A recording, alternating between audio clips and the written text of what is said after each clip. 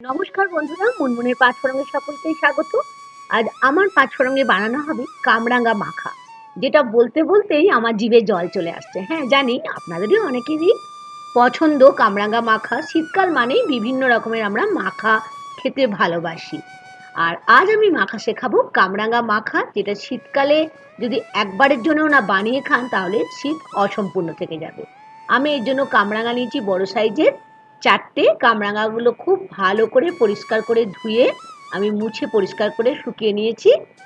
আর এই যে কামরাঙাটা আমি আজকে মাখা শেখাচ্ছি, এটা কিন্তু দোকানের থেকে আমি কিনে আনিনি। গত সপ্তাহে গিয়েছিলাম পিকনিকে, আর পিকনিকে গিয়ে সেখানে গাছ ভর্তি কামরাঙা দেখে আমার মনে এলো যে না, শীতে একবার আপনাদের সঙ্গে কামরাঙা মাখার রেসিপি শেয়ার করব। আশা করি অনেকেই ভালোবাসেন, যদিও কামরাঙা একটু টক, কিন্তু খেতে ভীষণ ভালো লাগে। দেখুন, ঠিক এরকম স্টার শেপে দেখেছেন, ঠিক পাতলা পাতলা করে আমরা কেটে নিলাম। কামরাঙা দেখতে এত সুন্দর, আর কাটার পরে কিন্তু আরও সুন্দর দেখতে লাগে। কি সুন্দর মনে হচ্ছে। কতগুলো তারা আমি বাটিতে তুলে রাখছি। ঠিক এরকমভাবেই কামরাঙাগুলো পাতলা পাতলা স্লাইস করে আমি বাটির মধ্যে তুলে নিচ্ছি। কামরাঙা তো কাটা হয়ে গেল। আমি এখানে নিয়ে নিচ্ছি লেবু, তবে আমার পুরো লেবুটা লাগবে না। যে পরিমাণে নিয়েছি কামরাঙা, আমার অর্ধেকটাই লেবু লাগবে। আর নিয়েছি কাঁচা লঙ্কা, একটু বড় সাইজের, ধুয়ে পরিষ্কার করে।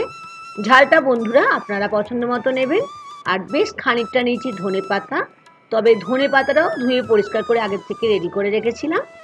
দেখে নিন, ধনে পাতার এরকম করে বোটাগুলোকে আমি কেটে নিলাম। বোটাগুলো কিন্তু এই যে ডাঁটি যেগুলো, সেগুলো কিন্তু ফেলে দেবে না, ওগুলো রাখতে হবে। আর ধনে পাতাটাও ঠিক একটু বড় বড় করে কেটে নিলাম, তার সঙ্গে কাঁচা লঙ্কাটাও কেটে নিচ্ছি।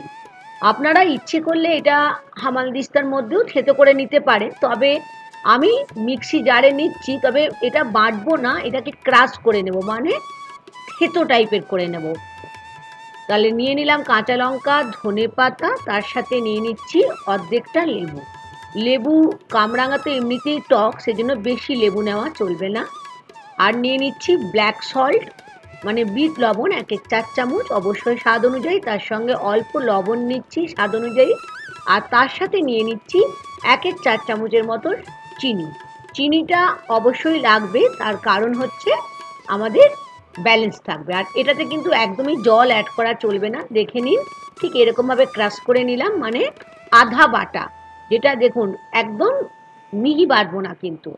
এখন আমি যে কামরাঙাটা কেটে রেখেছিলাম বাটির মধ্যে, তার মধ্যে আমি ধনেপাতা কাঁচা লঙ্কা মেশানোটা বাটাটা আমি এখানে দিয়ে দিচ্ছি।